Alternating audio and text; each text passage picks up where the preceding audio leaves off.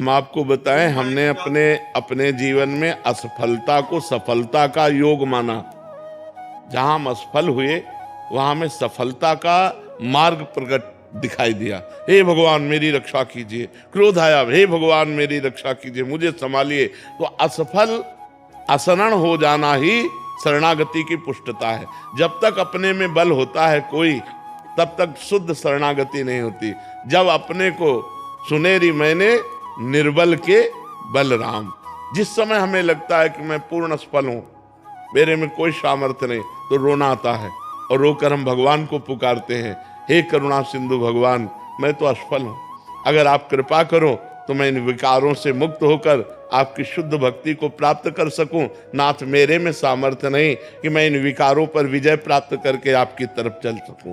गोस्वामी तुलसीदास जी कहते हैं, हौ हारेव कर जतन विविध विधि अतिशय प्रबल अजय, तुलसीदास बस होए तवै जब प्रभु प्रेरक बरजय। हे प्रभु, आप काम क्रोध को प्रेरणा देते हैं, हमारे मन को प्रेरणा देते हैं, सारी लीला आपकी चल रही, आप इनको रोक दो और हमें अपने चरणों की तरफ आने दो। असफलता में निराशा नहीं आनी चाहिए, असफलता में आशा जुड़नी चाहिए और भगवान से। मैं तो किसी योग्य नहीं, लेकिन आप सर्व सामर्थ्यशाली हैं, आपकी एक कृपा कोर से मेरा सब कुछ बन जाएगा। मेरे बनाए ना बनेगी कोटि कल्पना, आपके बनाए बनेगी पल पाव में, पल के चौथाई हिस्से में आपकी कृपा कोर से बन जाएगा। नाथ आपने बहुत पतितों को पावन किया है, मुझ जैसे अधम को भी पावन कीजिए। ये अंदर से भावना आ जाती है तो हमारी सफलता का योग बन जाता है। हमें निराश नहीं होना, हमें उदास नहीं होना, हमें हताश नहीं होना, अपने कर्तव्य पर कदम आगे बढ़ाते रहना है। फिसल जाए तो फिर खड़े होकर के चल,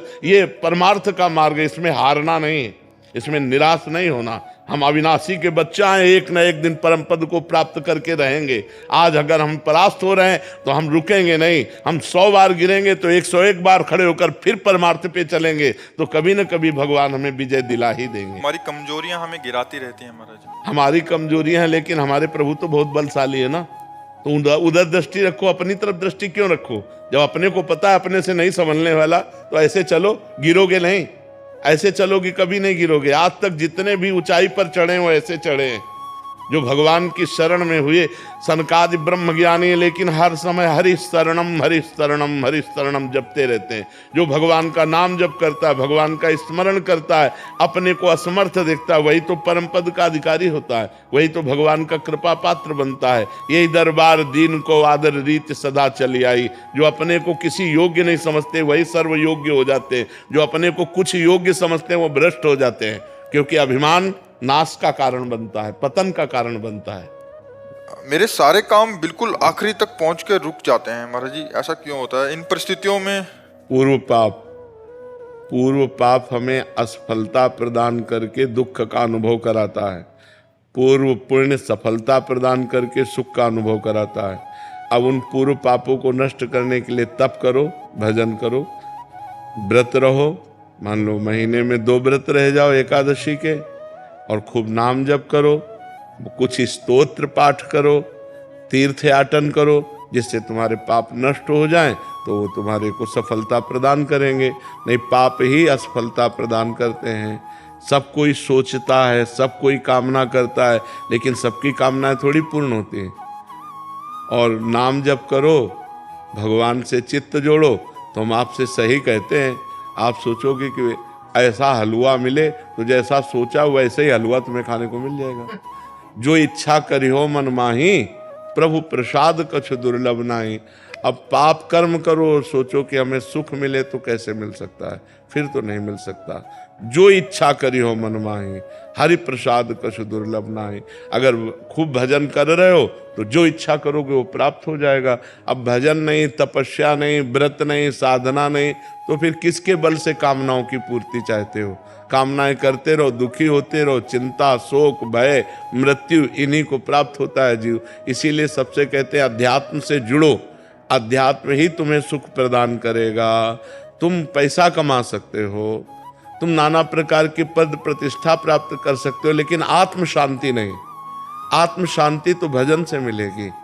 आप गरीब हो लेकिन धर्म से चलते हो, प्रसन्न हो, इससे बढ़िया जीवन क्या है। आप धनी हो, वासनाओं का भूत चढ़ा हुआ है, भोगों में पागल हो, अशांत हो, चिंतित हो, दुखी हो, इससे बड़ा नरक क्या है। तो जो सुख है वो शांति में है, जो शांति है वो परमात्मा स्वरूप है। भगवान का स्वरूप क्या है? शांताकारम। भगवान शांत आकार है ना, तो वो शांति, हम भगवान के अंश है ना, तो हमें शांति चाहिए। भगवान क्या है? आनंद सिंधु सुख राशि। तो हम आनंद चाहते हैं, तो आनंद भोगों में नहीं, भगवान में है। भगवान का नाम जप करो, भगवान के चरित्र सुनो और बड़े बूढ़ों की सेवा करो। ये बात सब अपने दिमाग में रख लो। जो अपने बड़े बूढ़ों का तिरस्कार करते हैं वो कभी सफल नहीं हो सकते। अगर सफलता प्राप्त करनी है तो माता पिता की आराधना करो, वयोवृद्धों की आराधना करो, तप करो, व्रत करो, नाम जप करो, अभी उन्नति होने लगेगी। अब खाते मुर्गा मुर्गी हैं, करते व्यभिचार है, नशा करते हैं, उन्नति चाहते तो कैसे हो पाएगी। पुण्य है तब तक आनंद ले लो, जहाँ पुण्य खत्म हो तो नष्ट हो जाओगे। हमारे शास्त्र आज्ञा करते हैं कि अगर हमें अर्थ की प्राप्ति चाहिए तो केवल भगवान से चाहिए। हम भगवान के ही आश्रित रहें, किसी व्यक्ति के आश्रित न रहें, और प्रयत्न करें, प्रयास करें, खूब नाम जप करें, भगवत स्तोत्रों का गायन करें, भगवत आराधना करें, और भगवान से धन चाहें तो प्राप्त हो जाएगा। पर ध्यान रहे, जब तक पाप रहेगा तब तक नहीं प्राप्त होगा। जब आपका पाप क्षय पहले करेगा नाम जप, तब आपको प्राप्ति होगी। केवल कामना करने से धन की प्राप्ति नहीं होगी। देखो, पद की प्राप्ति ध्रुव जी के मन में आई तो जाकर तपस्या की मधुवन में, मथुरा में आकर तब प्राप्त हुआ। ऐसे कुछ नहीं प्राप्त हो जाता। आपके पास तप हो, आपके पास भजन हो, आपके पास साधना हो, तब आपकी कामना पूर्ण होगी। आप व्रत, नियम, संयम, तपस्या, भजन इनको स्वीकार करें, कामना करें या न करें, आपको सुख घेर लेगा। और आप ये सब ना करें तो लाख कामना करते रहो, किसी मंदिर में जाके ऐसे पूर्ण होने वाली है क्या? कभी तुक्का लग जाए पुण्य का तो बात अलग की बात है, न कि नहीं ऐसे पूर्ण होने वाली नहीं। बकाया जरूरी है हमारी आवश्यकताओं की पूर्ति के लिए हम अपने भगवान से प्रार्थना करें और साधन करें, नाम जप करें, व्रत करें, स्तोत्रों का पाठ करें, तो भगवान कृपा करेंगे, हमारी कामना पूर्ण हो जाएगी। जो धनी पुरुष है महाराज जी, उन्होंने भी तो पाप किए होंगे महाराज। हाँ, तो इनको पाप का फल मिलेगा। हाँ, पाप का फल मिलेगा। अभी पुण्य का फल चल रहा है, इसलिए नहीं विध्वंस हो जाएंगे। जो पाप करेंगे चाहे जितने बड़े धनी हो, मिट्टी में मिल जाएंगे। रावण की खोपड़ी को अपनी गोद में रखकर मंदोदरी कहती, राम विमुख सहाल तुम्हारा, रहा नको कुल रोवन हारा। उससे बड़ा विद्वान, उससे बड़ा धनी, उससे बड़ा बलवान कौन हो सकता है? मिट्टी में मिला दिया भगवान ने। इसीलिए चाहे जितने बड़े तुम आज धनी हो, पुण्य के प्रताप से हो, और अगर आज मतवालापन करोगे, पाप करोगे, तो कल तुम नष्ट हो जाओगे। न लोक के रहोगे, न परलोक के रहोगे। इसलिए धर्म से चलना चाहिए। वर्तमान के सुख दुख को देखकर प्रभावित नहीं होना चाहिए।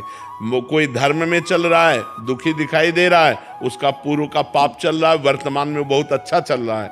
कोई वर्तमान में बहुत गलत चल रहा है और सफलता को प्राप्त हो रहा है, तो उसका पुण्य काम कर रहा है, लेकिन वर्तमान का कर्म जब फल देगा तो नष्ट हो जाएगा, क्योंकि वर्तमान में वो गलत कर रहा है, अधर्म कर रहा है।